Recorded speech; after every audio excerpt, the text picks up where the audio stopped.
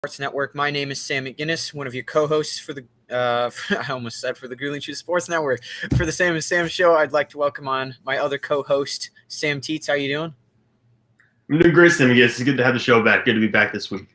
Yeah, it's nice to have it back. And we're going to open it up with a little NFL. We've had a lot of NFL action over the past few weeks, obviously, Antonio Brown, but let's get to that news. Yeah, so for the NFL, Antonio Brown is suiting up for the first time this weekend. The Bucs are playing the New Orleans Saints. Bruce Arians has been kind of not very clear on what his role will be. They said he's expected to play snaps, obviously, but they're not sure how many. It could be, he said, 16, it could be 30, it could be 60 snaps. They really don't know how much we're going to see of him. A lot of it comes down to Chris Godwin's health. They're expecting him to play this weekend, but he's still listed as questionable. So we see Godwin maybe leave the game early. If he gets hurt and can't play, I think we'll see more of Antonio Brown. Christian McCaffrey is expected to be back this week for Carolina's matchup. He's been out since like week 1 or week 2. He's coming back. The Saints have Michael Thomas back. He hasn't played since week 1. So we're getting a lot of superstars back. Unfortunately, we have lost one. Ronnie Stanley, who was the left tackle for the Baltimore Ravens, just signed a massive extension a week and a half ago now. We would have covered it last week, but we didn't have a show. 5 years, $98.75 million. So a ridiculous extension, a huge one for the best pass blocking left tackle in football. And then immediately goes out last week against the Pittsburgh Steelers, and he's done for the year with a severe ankle injury that has a lot of damage done. Hopefully he'll be ready for the start next year, but we're not really sure depending on the severity of the injury. In other Baltimore Ravens news, they lose to the Pittsburgh Steelers. Steelers are still undefeated. They're the only undefeated team left in the NFL. And they play Dallas Cowboys this week, and the Cowboys are going to have Ben DiNucci, Garrett Gilbert, or Cooper Rush as the starting quarterback. So, yeah. The backup situation for Dallas is not the greatest at the moment. The NFC East, man, it is one of the most interesting divisions in football because of how bad it is, and that's saying something. It's comedy. It's the best comedy on television, and I tell you, if I was the coach at this point, the season's punted. You might as well try a few different quarterbacks and just have some more people come in just to see if you so happen to get a diamond in the rough while you're there. But if you're Dallas, you also have Andy Dalton, who's only out because he's on the COVID-19 list, so he'll be back not this coming weekend, but the weekend after that. He'll be back. It's not like he's out for the year or anything like that. Dak Prescott's obviously done for the year, but we'll still have an opportunity to have someone like Andy Dalton come back and play for Dallas. And really, you say the season's over, but is it? I mean, the team's terrible. Don't get me wrong. I don't think they're playing well for Mike McCarthy whatsoever. But Philadelphia is 3-4-1, and Dallas is 2-6. So they're only a game and a half back behind Philadelphia. They're not out of this, McGinnis. They could any team in that division, even the Giants, even Washington, still technically win. Here's the thing. There's one tiny little problem. Even if they made the playoffs, they'd still lose. Oh yeah, absolutely. They would host a home game and they would lose immediately. It depends on what your definition of season done is, but they're not gonna get anything legitimately done this year. Nobody's gonna see the NFC East playoff team as a real team that should have made the playoffs. I mean, it could be a worse situation than when Seattle went 7-9 and made the playoffs. So yeah, but that 7-9 Seattle team won a playoff game against the Saints. That won't happen. Yeah, they did in fact win a playoff game, and I suppose that's possible with Andy Dalton. But has Andy Dalton even won a playoff game in his career? No, not in his career. Mike will constantly bring up the idea that he opened his career with five consecutive playoff appearances. That doesn't mean anything at this point, Mike. That was how many years ago? That was 4 or 5 years ago since he's done anything. So I would just get over that. It's in the past. Dalton had a much better supporting cast than on both sides of the ball than it does right now in Dallas, even if Dallas has a ton of pass catchers. So to me, I think it doesn't matter who your starting quarterback is if you're Dallas. I think Dallas is kind of dead in the water here. And the whole division, like you said, the whole division is not going to be competitive even if they make the playoffs. There's no Marshall Lynch, Matt Hasselbeck duo that's going to come out here and win a playoff game. It's not going to happen. So it'll be very interesting to see. Like I said, it's one of the most interesting divisions in football just because of how terrible it is. But we'll see where it goes from there. And that's for the rest of the NFL news. That's kind of all I got for today. Well, yeah, and hold up. I just want to bring this up as much as humanly possible because I get to now. Carson Wentz is still garbage. Regardless of the reasoning you want to throw out there, he's Kirk Cousins is still garbage. What? Oh, yeah, the Lions are garbage. I assume that's what you said. I couldn't quite hear you. Oh, Lions and Kirk Cousins. Oh, the two things that you bought into. Yeah, absolutely. That was a mistake. That was an absolute mistake. All I can say is I'm not even like, what is Kirk Cousins, an average QB? I'm not even sure what you can say anymore. Yeah, they did beat. They managed to beat the Green Bay Packers this past weekend, but that was all Dalvin Cook for the most part.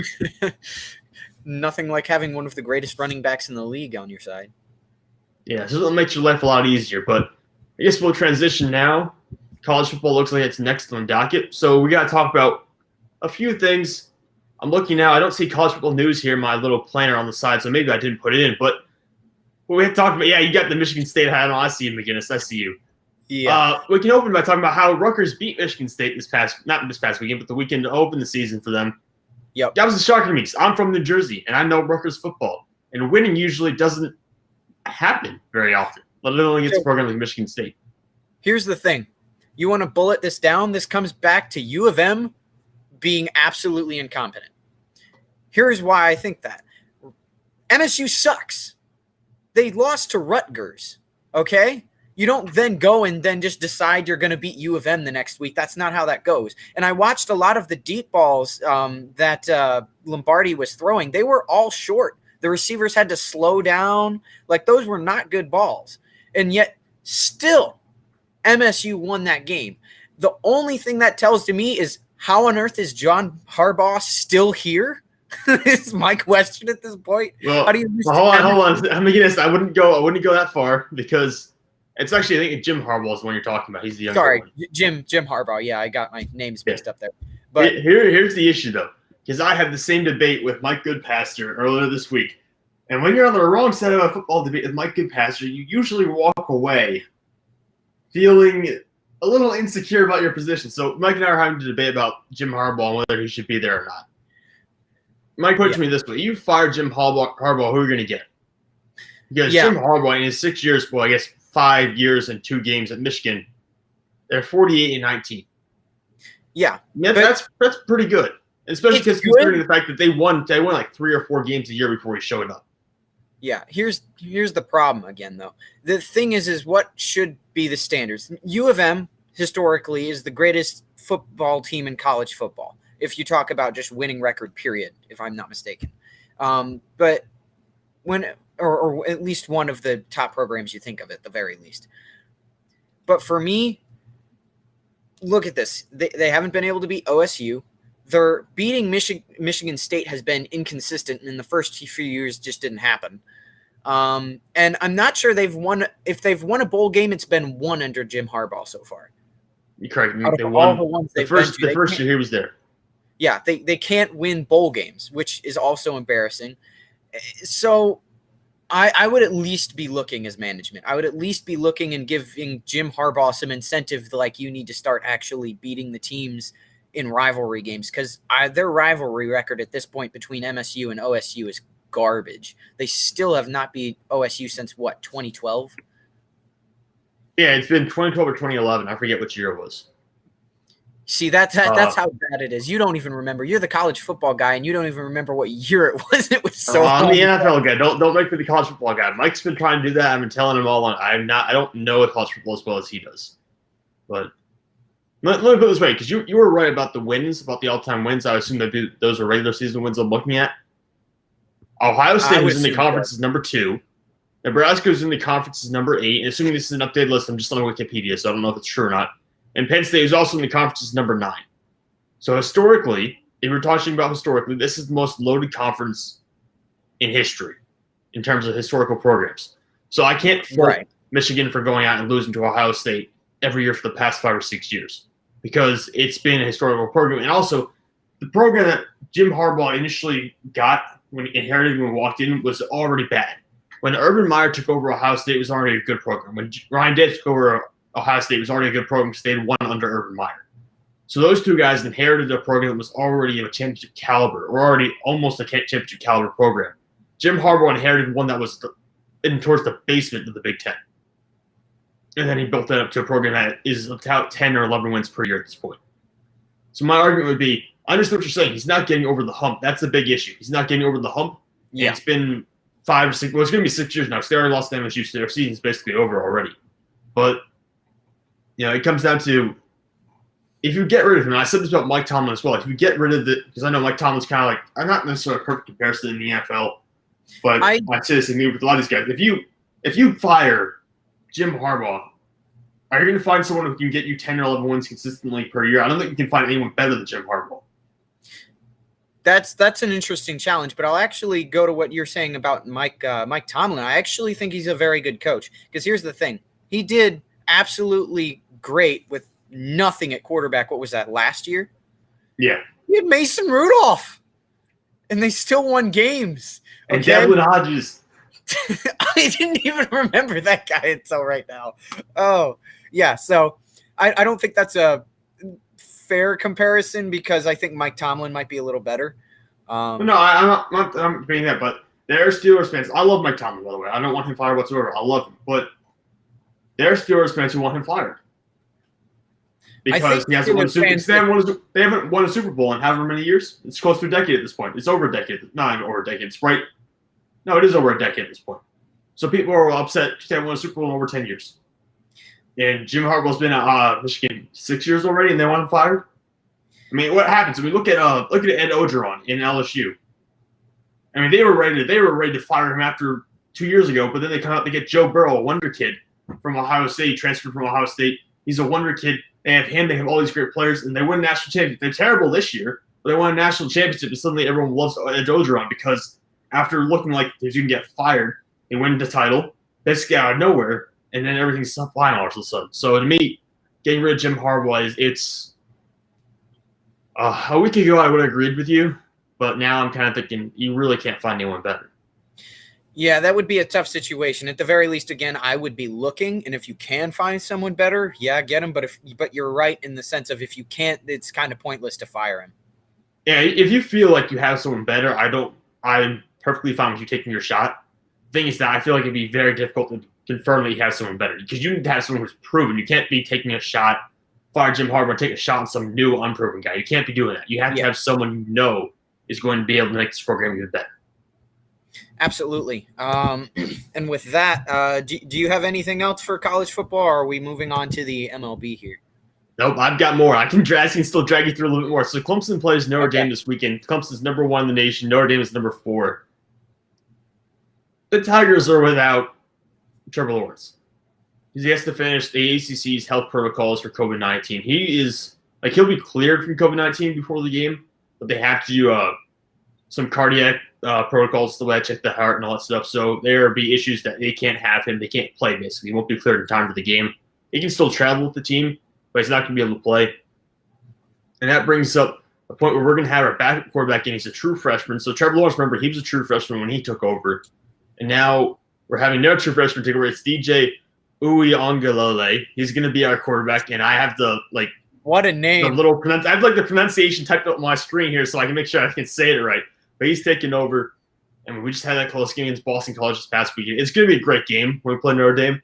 I think Clemson's going to win, honestly. Even with the backup quarterback, I still think we can beat Ian Book in the Notre Dame fighting out. They're not a huge threat to me, but it's going to be a fun game. I can't wait to see it.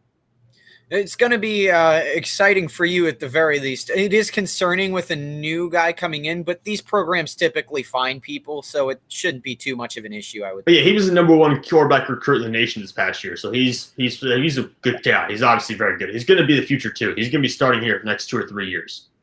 Yeah, so for that, it's like these programs find people anyway, unless you're U of M, or pardon me, Michigan State, in which you just – Brian Lewerke dies, and then you decide to get Lombardi. That happens sometimes with programs. You can't find the answer. We had a year where we had Kelly Bryant as our starter, and we still made the college football playoffs. We had 1 loss, but then we really weren't a national championship kind of team until Trevor Lawrence came along. So there's always that 1 or 2 down years, and you hope we can just fix it in time. Of course, it doesn't look like it happened for Michigan State, though. No, Michigan State's going to be bad for a while. It started with that 3-9 year we had a few years back. Then we were 9-3, and it looked like we were going to be back. And then Brian Lewerke fell off a cliff after that. Yeah, I remember that. People were talking about him, and he just kind of vanished. Not vanished, but he really kind of hit a wall, I guess you'd say. He was literally breaking school records, and then it was just. I watched him he fell. I was like, this is not the same guy he was last year, and he's benched now, I believe. I think he's still on the team, but he's being benched to. I think he's in the NFL now. I think he's on like a practice squad somewhere, something like that. I could be wrong though. I thought I saw he was still on the roster, but I could be wrong. I would trust your gut, McGinnis.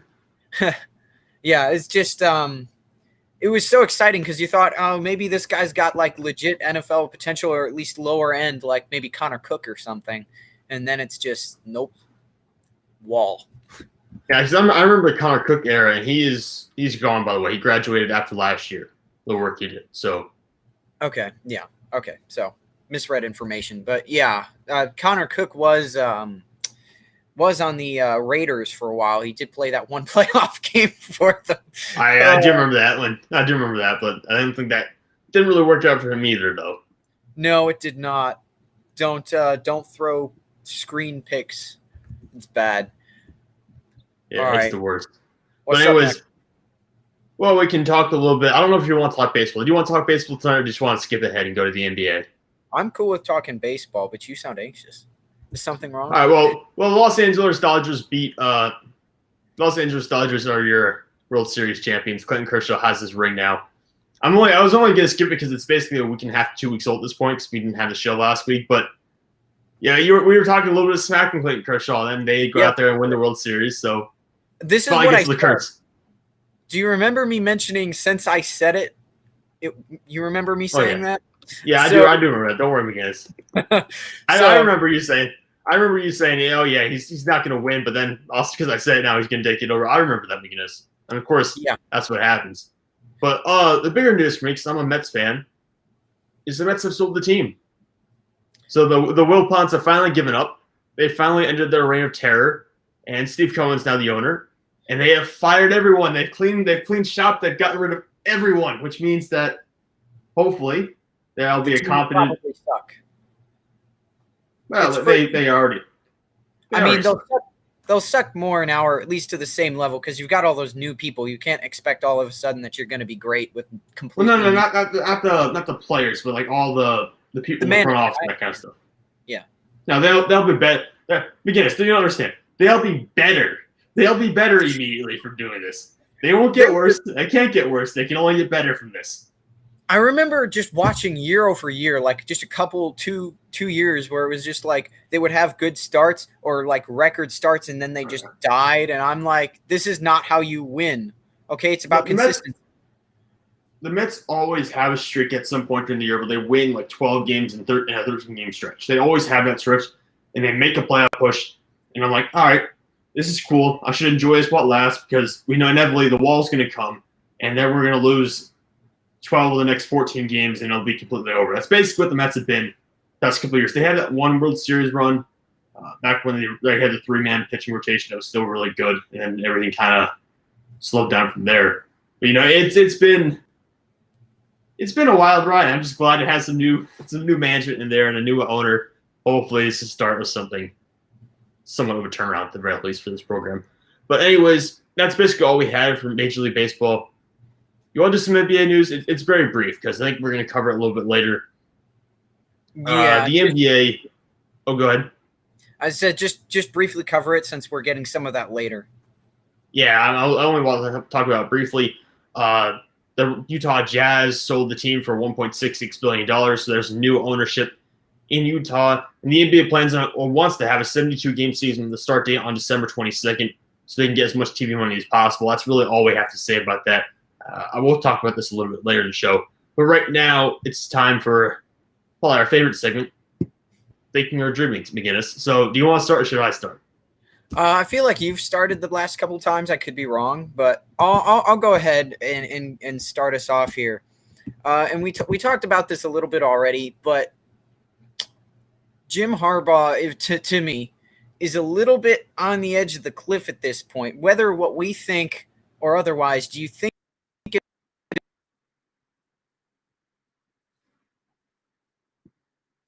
is at all? Yeah. I don't know if he's for them getting back to.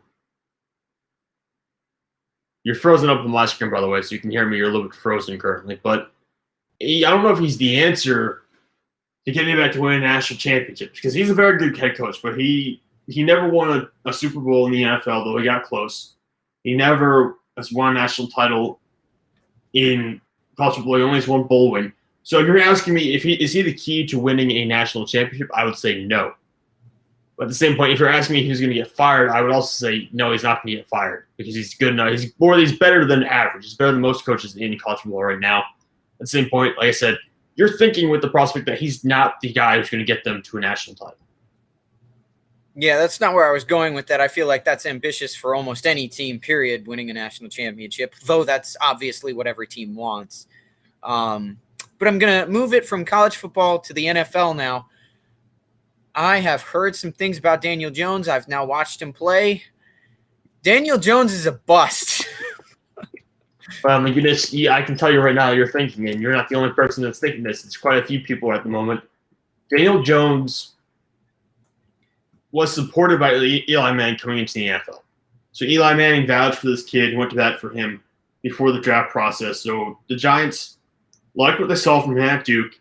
They had Eli Manning backing him up. So it was kind of a little bit of everything going into a pile here that came to New York taking Daniel Jones. And really, that quarterback draft wasn't that great anyways because you had Dwayne Haskins was also taken in there in that draft. So really not a great quarterback draft to begin with.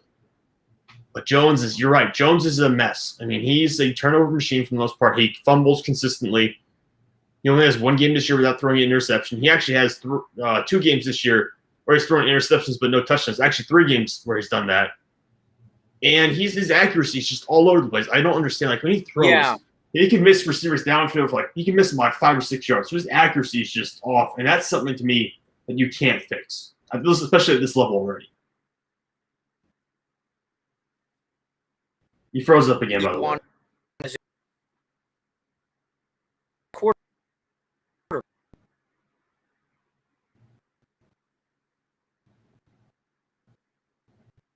Yeah, you froze up here, McGinnis, so I can't actually hear what you said. But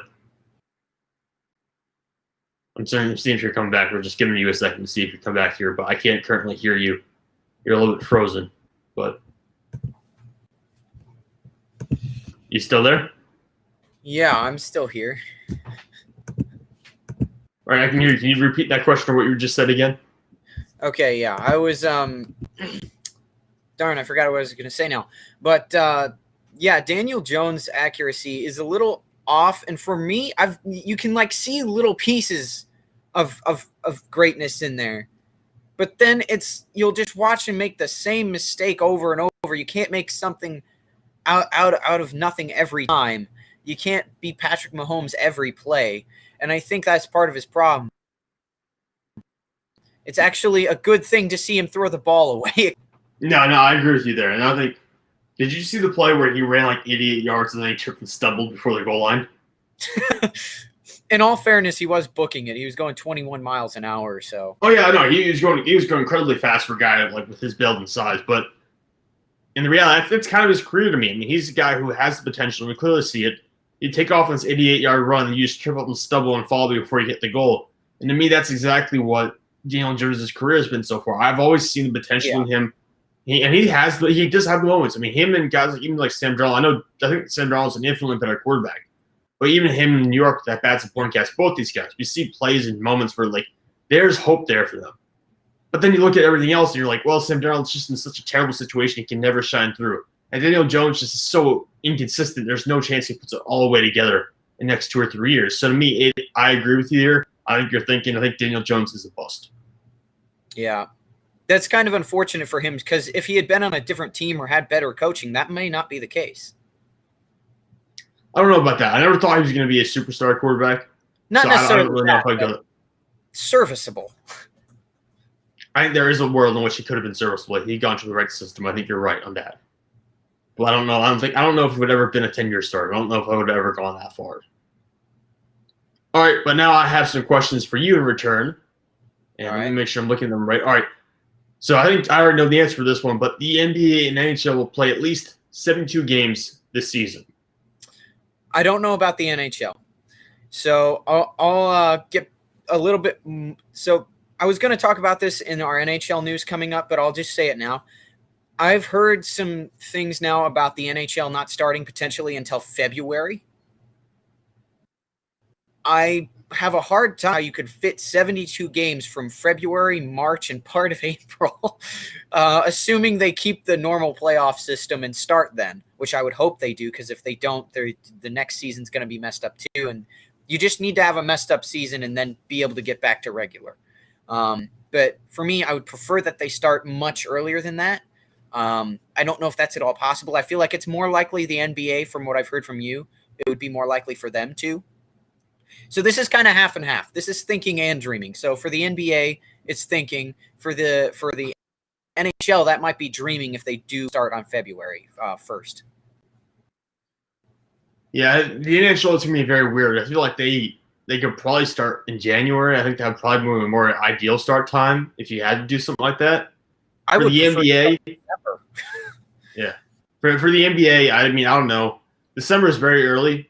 We already seen guys like LeBron, Kawhi Leonard, who are probably sit-out games. You start that early. Like, if you play 72 games starting December 22nd, you probably will only see LeBron and Kawhi play 50 games. You probably will only see Kevin Durant play 50 games because the superstars won't want to play that much. Well, maybe KD will play more because he sat out the entire last season with an injury. But you won't see the superstars who just played 35 to 40 minutes per game in the playoffs for months. You won't see those guys turn right around and play a 72-game season because it's so close. There's such a short offseason compared to what we normally have.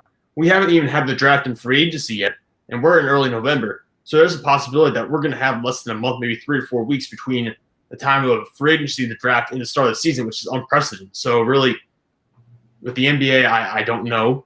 And with the NHL, it seems that you and I are both kind of confused here. We don't really know what's going to happen. I think I would take the under 72 games on both sides.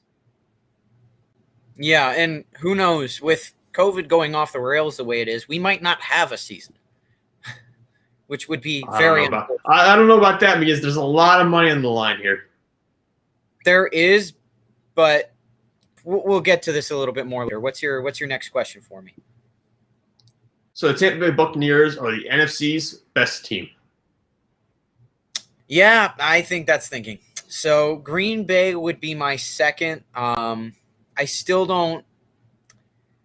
This just hurts because it's Tom Brady for me, and we all know I don't like him very much. But respect that, he went to another team and made it work, and respect that he actually thought about which team he was going to go to. Got himself some weapons, obviously. It might literally be the only reason he's vouching for Antonio Brown is he's another weapon. Outside of that, I kind of fail to see how you could vouch for that guy. But that's just me personally. Yeah, I have no idea. I don't never talked to Antonio Brown, never known Antonio Brown, never really want to. So it'll just be interesting to see how it works out. I have no idea how that's going to pull off Tampa Bay, but we'll just see. That's going to be an interesting one. I would throw Seattle in there. Where do you think Seattle ranks in the NFC? I mean, you said Green Bay and Tampa Bay are top 2. Where's Seattle fall? Maybe number 3, depending on it depends on what you consider of Drew Brees.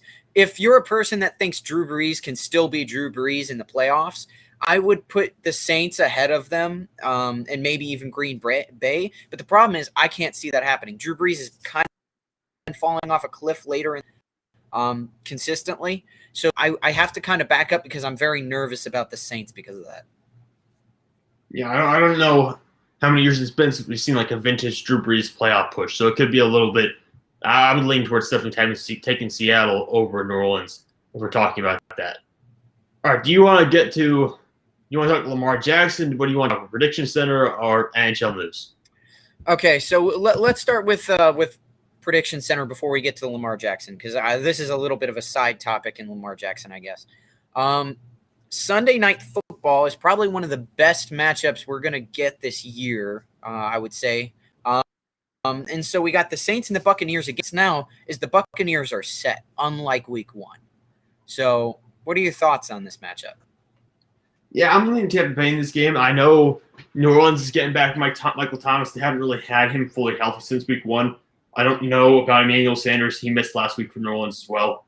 We'll see about that. But they're getting their best, or maybe their second best option offensively back. Now have Drew Brees has a few weapons around him. I just think that Tampa Bay, with Devin White and Levante David, they have 2 great linebackers. They're good enough to probably neutralize Alvin Kamara in the passing game, and Jared Cook as well. You've got the best defensive front, the best run defense in football. That'll take care of Alvin Kamara on the ground. The only question mark for me is the secondary. Even the secondary has playmakers sometimes like Antoine Winfield Jr. So Tampa Bay to me is a more complete package than New Orleans. And also, I just have Tom Brady. Tom Brady is still playing a top 10 quarterback. He's playing a top 5 quarterback right now. And Drew Brees, to some extent, he's been good. Drew Brees has still been top 12 potentially, I would say, maybe even top 8. But he's not on the same level as the Tom Brady right now. I think Tampa Bay's hitting its stride, even though it took them a while to beat the Giants for whatever reason. I think Tampa Bay's hitting its stride. I think the Saints are kind of right there. It's going to be a very close game, but I still think Tampa Bay is much better than Week 1. I'll take the Buccaneers in this one. I will say it was absolutely hilarious to watch the Giants almost beat the Tampa Bay Buccaneers. Also, for anybody that thought that was pass interference, that's bullcrap. That was 100% the right call. Okay? If you get there right at the same time or right before, that's milliseconds. You can't be calling milliseconds in time. That's ridiculous. You can never ask a cornerback to be that good as to not come in there just perfectly like that. And it was pretty good. So despite the fact that I would have loved to see the Giants just do that somehow,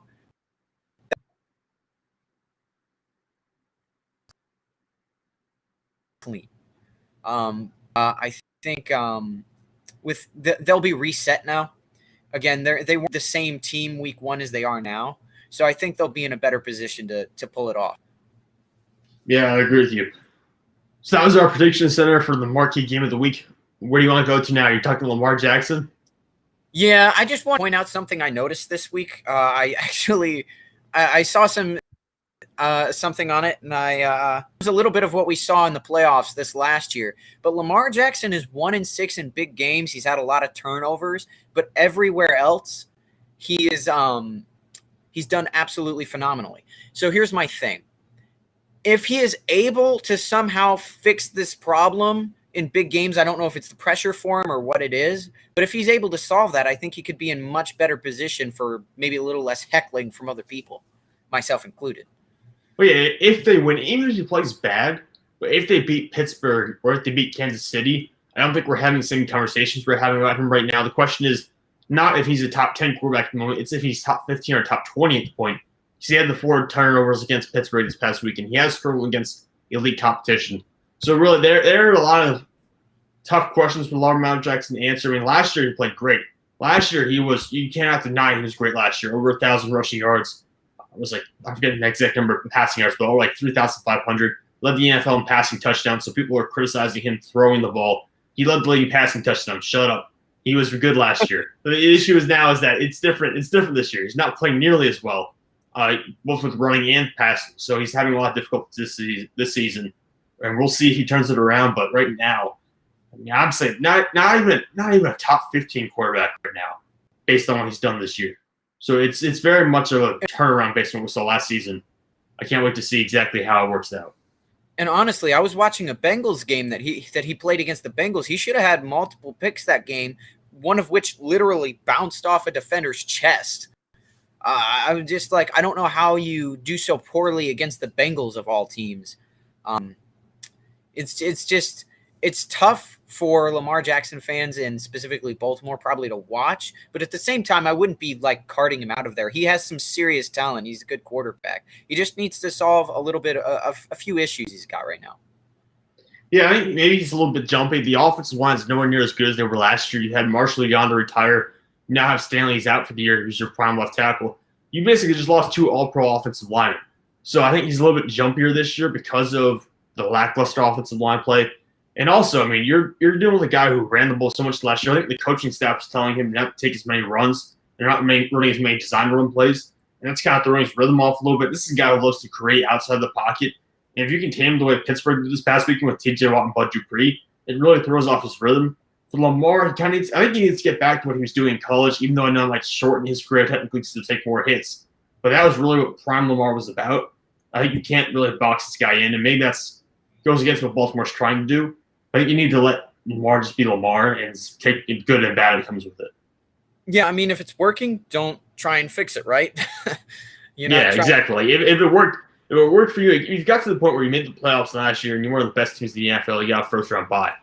I mean, try something again if it's not working out. So, really, I just say just don't put too many restrictions on the guy.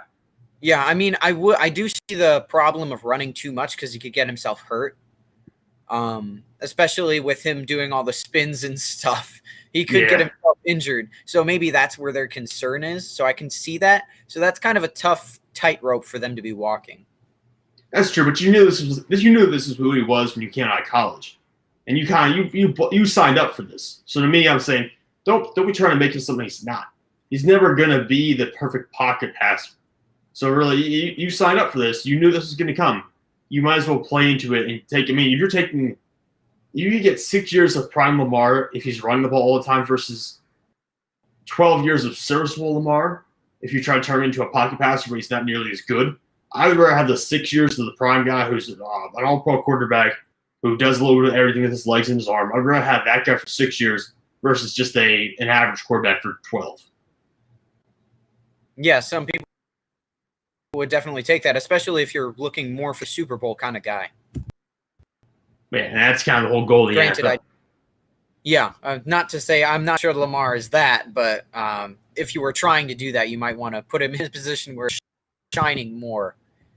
But I think we go on to some NHL news if you're ready for that. Nope, we're ready. Hit me, McGinnis. Let's go. All right. So I talked a little bit about this, but I wanted to mention further, not only does the NHL not even start until February, but there are some managers saying that it would be financially better for the NHL to just not have a 2020-21, which regardless of whether that's true, as a fan of the NHL, stop talking. Just stop. Go away. Nobody wants that attitude except the people that don't care about the money. And for me, being a person that cares far more than just about something like that, especially not being an owner,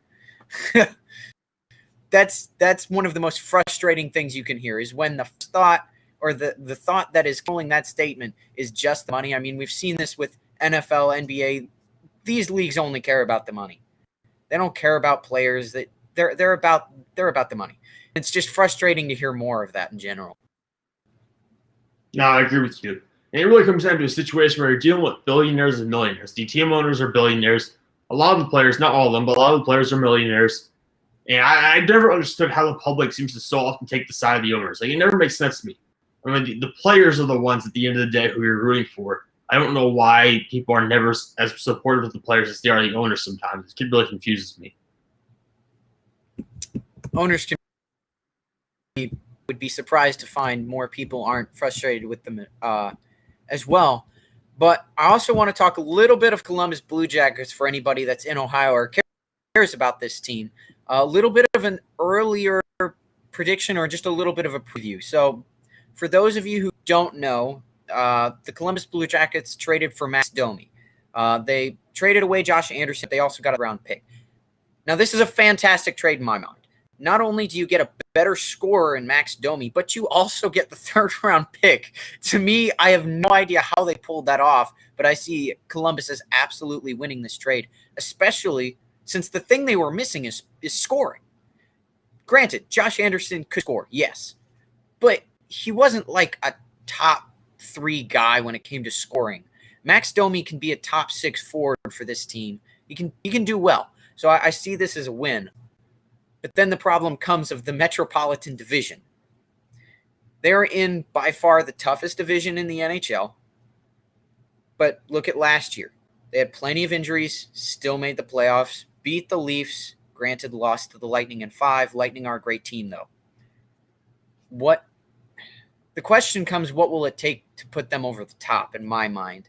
And I know you don't know a ton about this, but I'm curious to hear what you think about this. As the thing in my mind they're missing is forwards.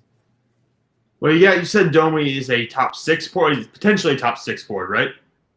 He should be a top 6, top 3, depending. I believe he's had a 71-point season, which would definitely put him. That could put you at a number 1 forward on a team. So my question is, how much better can you get that position? You already have a guy like that on your roster.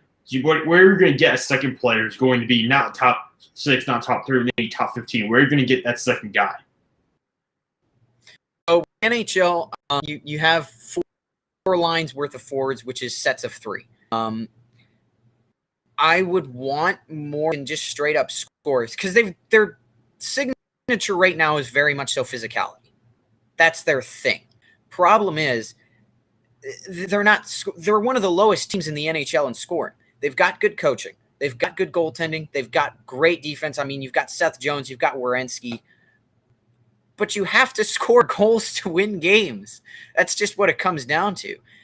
So for me, Max Domi is not enough. It is a solid move and a great move. I think it was the right move. I think Josh Anderson was not needed. I think we saw that. The Columbus Blue Jackets did fine without a vast majority of like a lot of their players while they were injured. In fact, they didn't even need Bobrovsky, who was their Vezina goalie for the past many years. So it's just they need to find a way to score. I don't know if they need to tell their forwards to be less physical and be more technical or what they need to do.